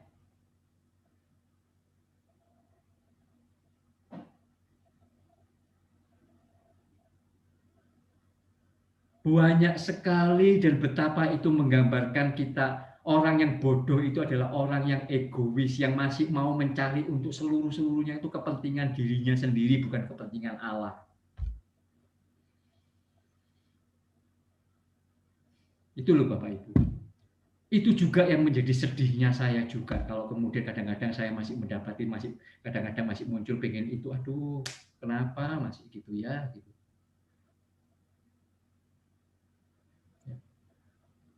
Sudah tegar tengkuk, ya, 14 tahun baru ngerti, ngertinya pun belum ngerti sepenuhnya untuk masuk dalam panggilan Allah, dalam kehendak Allah. Sementara sudah masuk pun sampai hari ini masih saja melakukan kesalahan-kesalahan. Oke, Pak. Iya, Bu Marta. Kalau menanggapi ini ya, Mbak ya, kalau mau jujur, ya, kalau kita tidak ini Pak, sebenarnya kalau mau jujur ya, setiap profesi apapun, mau petani, mau pedagang, mau bintang film apa, itu memang sebenarnya kalau mau jujur, tadi kan dikatakan dalam hati batin ada rongga ya Pak ya, yang tidak bisa terpenuhi selain oleh Allah. Betul. Benar Pak, itu kalau saya amati tempo hari saya berjumpa dengan orang yang kaya ya. Suaminya ini bilang, suaminya nggak mau ke gereja Pak. Dia bilang sama saya, tapi aneh ya, manggil saya tuh Ci. Aneh ya, Bu, manggil Bu Marta ya. Aneh, saya ini apapun berhasil, segala kerjaan sampai berhasil, sampai hari ini memang kaya raya. Tapi kayaknya ada sesuatu yang gimana gitu, ada. Dia saya nyebutkan ada satu tempat yang nggak tahu, saya nggak ngerti. Nah, celakanya saya nggak bisa jawab. Cuman saya bilang, ya itu Pak, harus datang sama Tuhan, harus ke gereja. Cuman gitu toh nggak ngerti. Ya baru sekarang ini baru ngerti kalau itu harus diisi dengan Allah. Jawabannya itu seperti itu. Makanya orang kalau nggak mau jujur, sebetulnya kalau mau jujur, yang tadi harusnya diisi dengan Allah, dan tidak ada pengertian itu, cilaka. Bisa bunuh diri, ya diseret terus dengan keinginan-keinginan itu. Sumama kalau yaitu egoisnya juga gitu. Kayak sekarang kenapa bintang film itu sudah seperti itu kan, sudah enak, sudah kenapa sampai bunuh diri? Tidak terpuaskan. Sebab manusia ini selalu pengennya puas. Apapun, yaitu tentang seks, kayak harta, kedudukan, kehormatan itu kan Pak. Ya, makan, minum, semuanya itu betul. Ya, itu terus ditambah. Nggak akan bisa puas. Maksudnya pada satu titik ya iblis yang menang, bunuh diri. Ya, betul. Kalau nggak bunuh diri, kalau semua orang yang melarat, semua ya, orang yang nggak punya duit, itu pada masa tuanya, kalau saya amati sekarang pada masa tuanya, gendeng, linglung. Bukan gendeng sing gila itu bukan, tapi apa ya istilahnya ya, nggak berguna, linglung gitu loh Pak. Jadi menunggu kematian gitu kayaknya. Jadi tidak ada. Ini memang celaka ini manusia celaka ini kita. Kalau makanya kita ini Bapak Ibu malam ini kalau kita bisa bergabung dengan pengajaran yang benar, Injil yang benar ini luar biasa, anugerah Tuhan. Tapi bagi yang mau merespon gitu loh. Betul. Merespon. Kalau nggak ngerespon nggak bisa. Kita jangan tambah gendeng. Dengan no firmannya GSKI tambah gendeng. Kalau kita nggak mau nurut. Sungguh tambah gendeng. Ya, betul. Nggak bisa. Benar. Tambah kiri nggak, kanan nggak. Iya. Malah tambah betul ya, itu ya istilah kita paling gampang itu ya tambah gendeng, bener ya, saya setuju. Ya. Gitu. Pak Edi. Ya. Ya, Bu Marta sudah Pak Budi. Kalau untuk mutiara kedua ini berarti kan gini Pak, tidak mengerti kehendak Allah seperti di dalam ayat yang ke-21 ya. Demikianlah jadinya dengan orang yang tidak mengumpulkan harta bagi dirinya sendiri. Orang yang mengumpulkan. Jikalau ia tidak kaya di hadapan Allah. Artinya bahwa memang kesuksesan itu bukan merupakan suatu titik. Ya Pak ya. Kalau titik Salomo pasti sudah merasa puas. Buktinya ya nggak pernah puas. Jadi kesuksesan itu suatu perjalanan hidup ini ya Pak. Iya. Betul Pak Budi. Saya sebenarnya mau melangkah di dalam mutiara yang kedua ini ke ayat yang terakhir dari 21 itu yang Pak Budi baru ngomong. Iya, bahwa ternyata ya Pak Budi benar sekali. Ya, bagaimana kita nanti menjadi kaya di dalam Tuhan. Itu kan ayat 21 itu kan menyatakan kalau dia tidak kaya di hadapan Allah kan. Iya. Apa itu kaya di hadapan Allah? Nah, nanti berbicara harta itu, Pak. Nah, iya. Loh, Harta. nggak bisa tidak kok Bapak Ibu. Kita harus akui, Bapak Ibu coba baca di dalam Alkitab ya. Tentang harta, tentang orang kaya. Perhatikan deh. Di dalam Alkitab yang ditulis oleh Injil mengenai orang kaya dan mengenai kekayaan, coba cari mana yang dikatakan baik, dikatakan itu oh kekayaan itu baik. Coba cari deh. Kasih saya satu. Nggak ada. Harta kekayaan itu adalah benar-benar, makanya dikatakan kamu mau menjadi hamba Mamon atau menjadi hambaku? Pilih salah satu. Pilih salah satu. Maunya dua, Pak. Mm-mm. Maunya dua. Mau-maunya. Nah, ini yang saya mau ngomong. Banyak orang itu maunya dua-duanya. Ya. Nggak bisa, Bapak Ibu Saudara.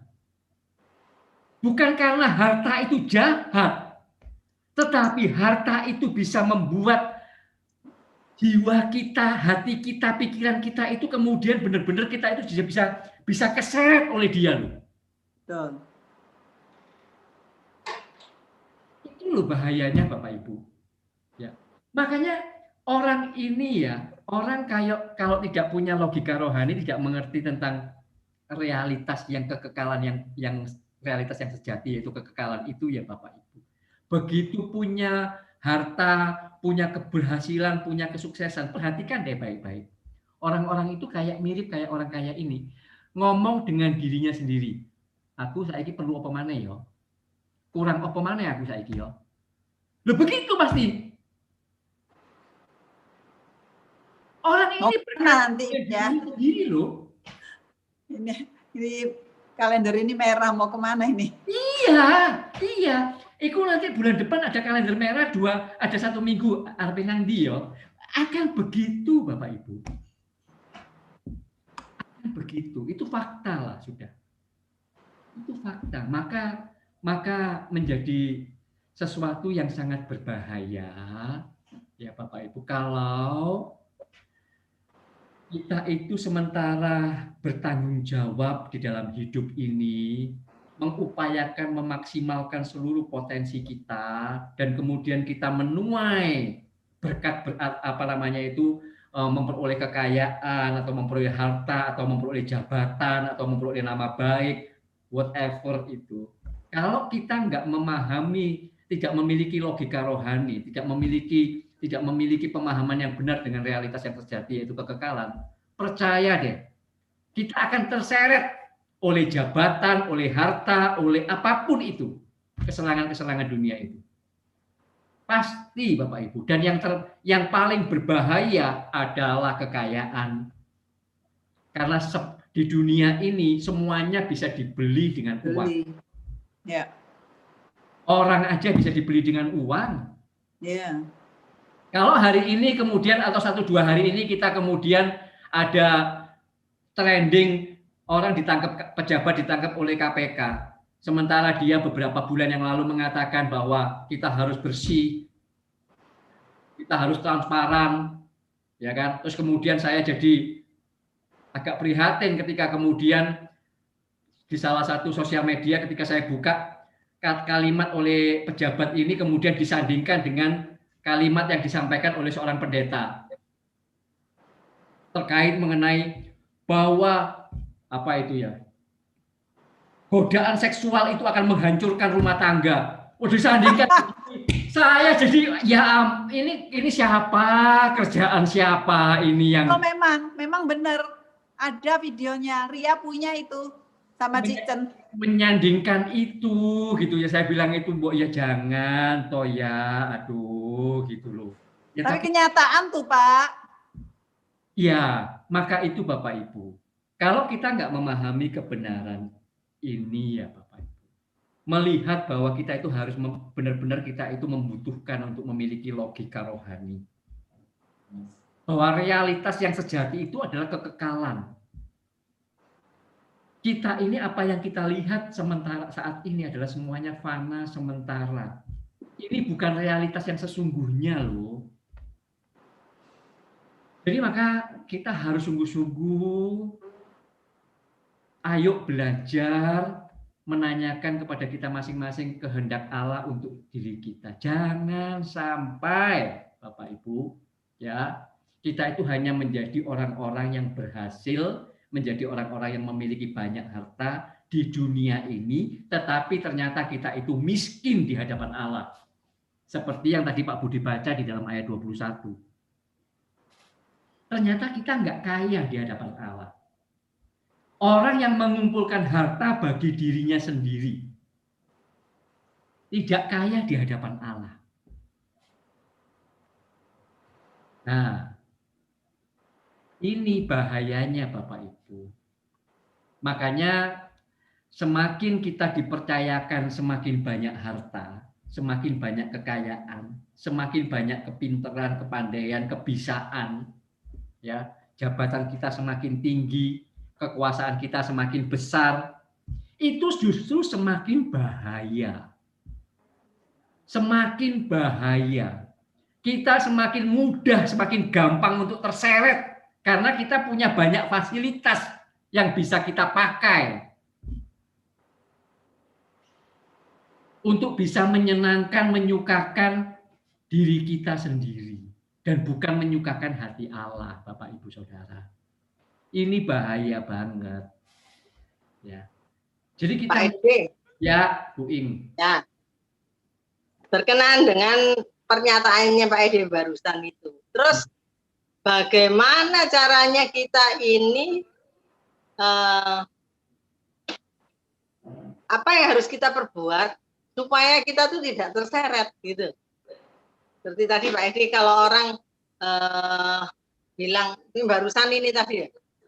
Ya, kalau punya harta banyak bisa terseret lah. Sekarang bagaimana caranya kita tidak terseret meskipun kita berkelimpahan? Gitu. Maka pertanyaan tadi yang pertama masing-masing kita harus bertanya. Seharusnya orang kaya ini bertanya, apalagi dia petani yang sangat bergantung dengan cuaca. Yang dia tahu persis bahwa itu adalah berkat Allah. Beberapa minggu yang lalu saya sudah pernah singgung, kalau nggak salah waktu itu Pak Budi yang ingatkan. Ya. Banyak orang itu kalau sudah orang Kristen apalagi ya, sudah ke gereja, begitu usahanya berhasil, dapat hasil penghasilan banyak, uang banyak, semuanya itu dianggap itu berkat Allah. Belum tentu. Walaupun ada nipu-nipunya sedikit ya Pak. Itu loh. Ya. Agak oleh. Saya nipu ya pasti bukan berkat Allah, Pak. Nipu itu bukan nipu apa loh, Bu? Contohnya nggak bayar pajak aja, itu sudah nipu loh. Bukan mencuri uang, bukan nipu orang, bukan. Ya, nggak bayar pajak itu kan nipu. Tapi ya, karena sudah ngasih perpuluhan, berarti ada pemutihan, kan dianggap gitu. Ngasih kolek perpuluhan itu pemutihan. Kalau dia bukan setan gemuk, Pak. Nah, ngatur pajak itu tidak boleh, Pak ya? Tidak boleh juga. Apa yang mesti kita berikan kepada pemerintah? Bertobat. Nah, ya. Karena banyak menganggap bahwa nipu itu cuma nipu uang, nipu itu kan nipu sama negara. Nah, jadi kan nipu Pak, utang itu Pak.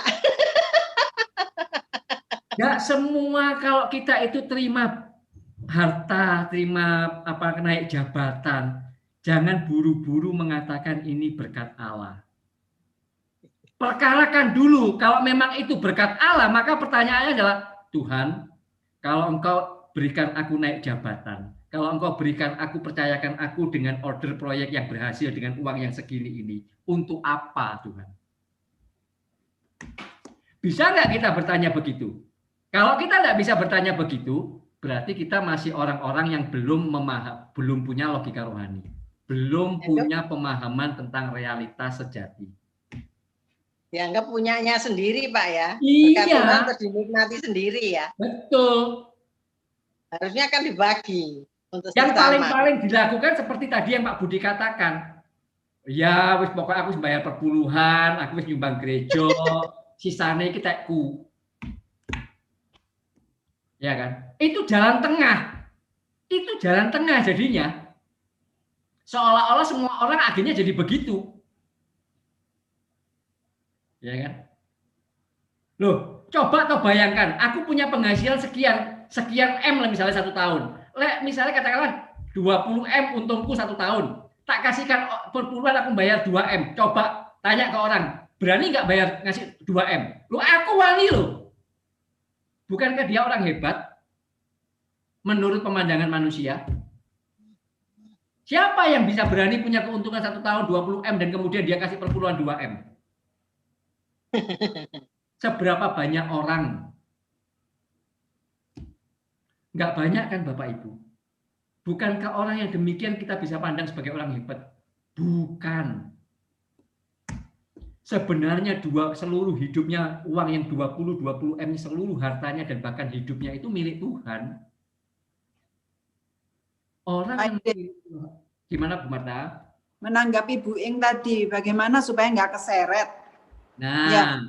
Nah, maka, itu, selama maka kita tidak punya, tidak ada pergumulan sama Tuhan, hubungan sama Tuhan yang erat, ya setiap harinya itu berdoa, punya hubungan lah, terus punya hati yang jujur terhadap diri sendiri, tidak akan bisa mengerti, tidak akan pernah mengerti. Betul. Jadi kayak hal menipu tadi itu apapun tidak akan bisa mengerti, dan celakanya akan terseret itu tadi Ciing tidak akan pernah terasa. Moro-moro wes dek ujung. Atuh. Moro-moro atuh. Sekarang Jadi, kalau kita membaca satu ayat ya Bapak Ibu, ya ini ayat firman Tuhan. Sekarang seberapa kita sungguh-sungguh percaya akan ayat ini? Ya. Ya kan? Ketika kita membaca ayat, apa gunanya seorang memperoleh harta seluruh dunia ini tetapi kehilangan nyawanya? Seberapa kita yakin dan percaya akan ayat ini? Nah, coba. Kita bisa baca ayat ini berulang-ulang, tapi seberapa sungguh-sungguh kita yakin akan ayat ini? Di sini kita bisa mengukur seberapa tebal, seberapa nilai kita di dalam logika rohani. Kalau kecerdasan IQ kita itu bisa diukur dengan tes, maka sebenarnya kecerdasan rohani itu juga diukur dengan ini. Seberapa sih kita? Seberapa cerdas kita? Kalau kita membaca ayat bahwa seseorang memiliki harta seluruh dunia tetapi kehilangan nyawanya, apa gunanya? Nah ini loh Bapak Ibu. Ya tentu saja orang yang semakin menghayati ini maka dia akan semakin melakukan kehendak Allah dengan hidupnya. Dengan hidupnya itu berarti dengan ilmu yang dia miliki, dengan kebisaan yang dia miliki, kalau mungkin dia dokter atau dia seorang insinyur, tentu juga dengan harta yang dia miliki, seluruh hidupnya dia akan untuk melakukan kehendak Allah, bukan untuk melakukan kehendaknya sendiri. Maka pertanyaan yang pertama muncul adalah tadi itu. Aku kalau sekarang naik jabatan, kalau aku sekarang bisa jadi doktor, S3, ya, bisa punya jadi pengusaha sukses, sebenarnya ini aku tahu ini dari Tuhan. Tuhan percayakan ini untuk apa? Untuk supaya aku memiliki kaya di hadapan Allah. Nyawaku selamat. Bukan malah terhilang oleh karena kekayaan-kekayaan dan kehebatan ini. Maka pertanyaannya itu loh Bapak Ibu Saudara. Nah, maka pertanyaannya itu, karena dengan kita mempertanyakan itu, memperkarakan itu, maka kita sudah alert dengan diri kita di hadapan Tuhan. Bahwa ini memang semuanya milik Tuhan. Sekarang tinggal aku mau, Tuhan mau apa? Uangku ini mau tak kasihkan harus kemana, aku harus bantu siapa, pengetahuanku, ilmuku, ya kebiasaanku, kalau misalnya dokter aku mesti bagaimana, ya. Belum tentu memang dalam bentuk uang Bapak Ibu Saudara. Ya, tetapi memang ya banyak orang makanya uang ini bisa menyeret seseorang menjadi kehilangan nyawanya. Hati-hati. Hati-hati. Makanya selalu ingatkan Alkitab, hati-hati kamu orang kaya. Dan itu ayat seperti itu banyak sekali. Kita bukan kemudian membenci orang kaya, tidak. Justru kita hati-hati, Allah memberkati engkau dengan luar biasa, loh. Pak Ede. Ya. Untuk berpikir ke sana tadi, Pak. Ya. Jujur ya, Pak ya. Kesuwen gitu loh. Maksudnya ya apa ya? Kayak terus mesti memperkarakan. Gak pernah, Pak. Selama jadi Kristen gak pernah tuh kayak gitu. Cieng gitu dah, kalau dapat harta, dapat berkat, tanya dah mit Tuhan. Ini untuk apa Tuhan? Paling Pak Ede tok. Hah? Tanya. Aduh, Bapak Ibu. Cieng. Gini, ya. Cieng mana Cieng? Bu Ing, mana Bu Ing ini kok anu katanya, belum terdengar suaranya. Wah, mari ngomong terseret, padahal saya hilang. Nah, itu ya. Jawab, tapi kelihatannya sinyalnya kurang bagus, Bu Marta. Oh. Ya. Jadi memang Bu Marta, kita juga tidak boleh juga ya, Bapak Ibu. Kemudian kita itu ngawur. Itu juga tidak bijaksana. Ya. Ngawur itu juga bukan hal yang bijaksana. Jadi memang mau tidak mau kita harus mempertanyakan itu kepada Tuhan sebagai yang kita katakan sang pemilik hidup kita, termasuk harta kita. Dan apapun yang kita punya dan kebiasaan kita. Mau tidak mau kita harus bertanya. Karena kita tidak boleh ngawur. Misalnya contoh, ya sudah toh, aku akan kasih ke orang-orang miskin. Pokoknya orang miskin aku sekarang banyak, terus tak kasih. Maksudnya gitu ya. Tidak boleh ngawur juga. Di satu sisi juga tidak boleh ngawur. Kita mesti ngerti bahwa itu adalah milik Tuhan. Sehingga kita mesti bertanya kepada sang pemilik. Kalau ini aku mau kasih, aku kasih kepada misalnya panti asuhan mana. Selalu diperkarakan. Kepada siapa. Tetapi hati kita ini memang benar-benar tidak terikat dengan harta itu. Kalau itu bentuknya harta ya. Dengan uang itu kita tidak terikat. Kita selalu perkarakan.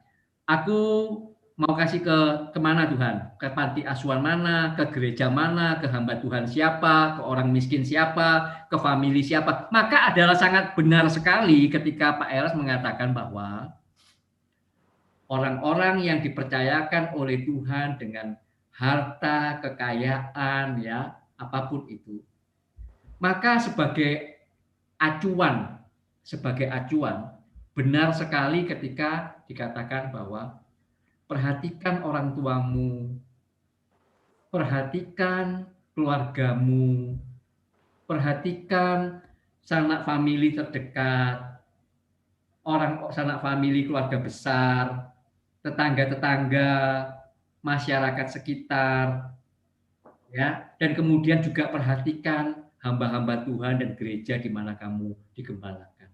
Itu acuan yang sangat benar banget sudah. Sangat benar banget sudah.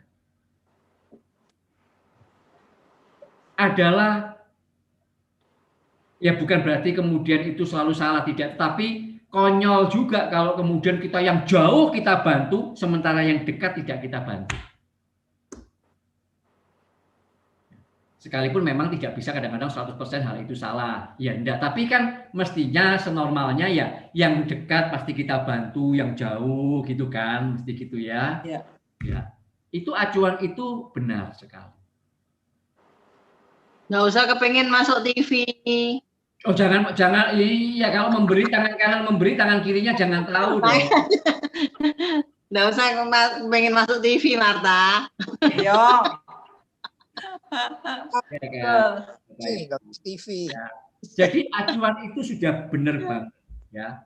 Kalau masih ada lagi ngomong kasih gereja dulu, kasih perpuluhan dulu ke gereja, kalau enggak jangan, itu salah. Sudah tidak ada lagi, bukan zamannya lagi kemudian ditakut-takuti dengan nanti kamu enggak kasih perpuluhan, enggak kasih persembahan ke gereja, kena kutuk, kena ini, itu bohong. Ya. Tetapi Bapak Ibu, sekalipun itu bohong, bukan berarti kemudian ekonomis gereja nggak usah takei hamba Tuhan. Lah, kesempatan. Jangan begitu juga, itu salah malahan. Kesempatan. Nah, malah jadi kesempatan kita malah jadi berdosa di hadapan Tuhan.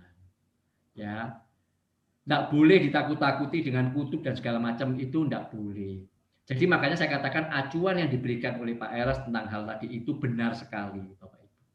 Perhatikan semua apa yang terdekat, yang pasti orang tua, keluarga kita, keluarga besar, ya orang-orang di masyarakat sekitar, gereja. Betul Pak Ede. Betul Pak Ede, saya dulu takut kalau disebut pencuri Pak, kalau nggak kasih perpuluhan. Itu kan karena kalau nggak ditakut-takuti dengan kutuk dan segala macam nggak gelem KI sih soalnya. Iya kan? Akhirnya hamba Tuhannya atau pendetanya yang juga sama-sama matreknya, ya lek gak tak wedel-wedeni gak di-KI, mending tak wedel-wedeni ben di-KI gitu. Iya. Iya, saya dulu takut sekali Pak. Tapi ya anu kok, tapi ya saya merasakan berkat itu melimpah ketika saya rajin kasih perpuluhan, itu berkatnya banyak sih Pak. Lah, iki keliru Ciing. Wah, iya, kenyataannya itu seperti itu. Entah karena perpuluhannya, ya yang penting itu kan Tuhan melihat hati toh. Gitu. Ketika kita memberikan dengan keliru, Ciing. Ayo Pak Ede. Memberi itu kalau dengan tulus, ketika kita menabur pasti kita juga menuai. Iya, makanya. Tapi sebetulnya itu kan kurang Pak, hanya seperti itu ya. Soalnya ketika kemudian kita ditakut-takuti dengan begitu, akhirnya setelah kita bayar perpuluhan yang 90% punya kita. Soalnya kewajiban 10%-nya sudah kok. Iya kan? Akhirnya kita tidak pernah mengerti bahwa sebenarnya 100% itu miliknya Allah. Bahkan nyawa kita milik Allah, jiwa kita. Pengertiannya yang salah. Iya, jadi tidak perlu ditakut-takuti, tidak perlu ditakut-takuti dengan kutuk. Kita sekarang harus memiliki pemahaman yang benar bahwa seluruh hidupku adalah milik Allah. Apa yang aku punya, yang Allah taruh di dalam tanganku, entahkah itu ilmu pengetahuan, entahkah itu kepandaian, kepintaran, uang, apapun, itu sebenarnya milik Allah. Kita mau memberi, dengan kemudian kita tanyakan itu kepada Allah. Tuhan, kehendakmu apa? Aku mesti membantu siapa? Nah, sebagai acuan ya tadi itu. Tidak mungkin kita itu membantu orang lain, orang tua kita biarkan. Ya kan, Bapak Ibu. Kita tidak bantu gereja banyak-banyak, tetapi adik sendiri, kakak sendiri ditelantarkan. Dulu kan lucu kalau begitu. Ya kan. Nah, jadi acuan itu sudah benar. Ya, berilah orang tuamu, pastikan dia baik. Saudara-saudara kita, adik kakak kita yang memang mereka kekurangan. Bagaimana keluarga besar, ponakan-ponakan, ya kan? Terus kemudian bagaimana orang-orang di sekitar kita. Kemudian juga tanyakan mengenai gereja, hamba-hamba Tuhan yang memang harus kita topang pelayanannya. Itu sudah benar sekali Bapak Ibu, benar banget itu sudah. Dan tidak perlu dengan ditakut-takuti dengan berbagai-bagai kutuk dan segala macamnya, tidak perlu. Ya kan? Jadi sekarang kita mesti paham ya Bapak Ibu, kita semua mesti memiliki sekarang sebuah logika rohani, memahami bahwa realitas yang sejati itu adalah Allah dan kekekalan. Allah dan kekekalan itulah realitas yang sejati. Ya. Dan itu harus menjadi sebuah landasan kita mengambil dalam berpikir dan mengambil seluruh keputusan dan apa yang akan kita lakukan. Dan kemudian yang kedua yang kita mesti tahu adalah bahwa kita selalu memperkarakan apa kehendak Allah yang harus kita lakukan. Ya Bapak Ibu. dengan uang kita, dengan harta kita, dengan kepandaian kita, apa. Termasuk juga kepada diri kita sendiri misalnya, ya. Kalau ada di antara Bapak Ibu kemudian misalnya, aku ini sebenarnya dipanggil untuk melayani dia sebagai hamba Allah. Seperti yang saya alami 27 tahun yang lalu. Maka ya jangan menolak, harus masuk, harus melakukan kehendak Allah itu. Apapun resikonya, enggak bisa kaya, enggak bisa punya banyak uang banyak, enggak bisa punya uang banyak, enggak masalah. Karena kita sudah mesti memahami realitas yang sejati itu Allah dan kekekalannya, bukan soal uang, harta dan segala macamnya. Tetapi kalau kita kemudian tidak dipanggil, kehendak Allah buat kita itu bukan sebagai seorang hamba Allah yang full time begitu, sebagai hamba Tuhan full time pendeta begitu, ya jangan coba-coba untuk ke sana. Kalau memang kita dipanggil untuk sebagai pengusaha, ya kita harus menjadi seorang pengusaha. Tetapi pengusaha yang hamba Allah yang pengusaha, yang benar-benar memahami ini, kebenaran ini, sehingga seluruh hidup dan seluruh hartanya memang dia tahu miliknya Allah. Digunakan untuk melakukan kehendak Allah.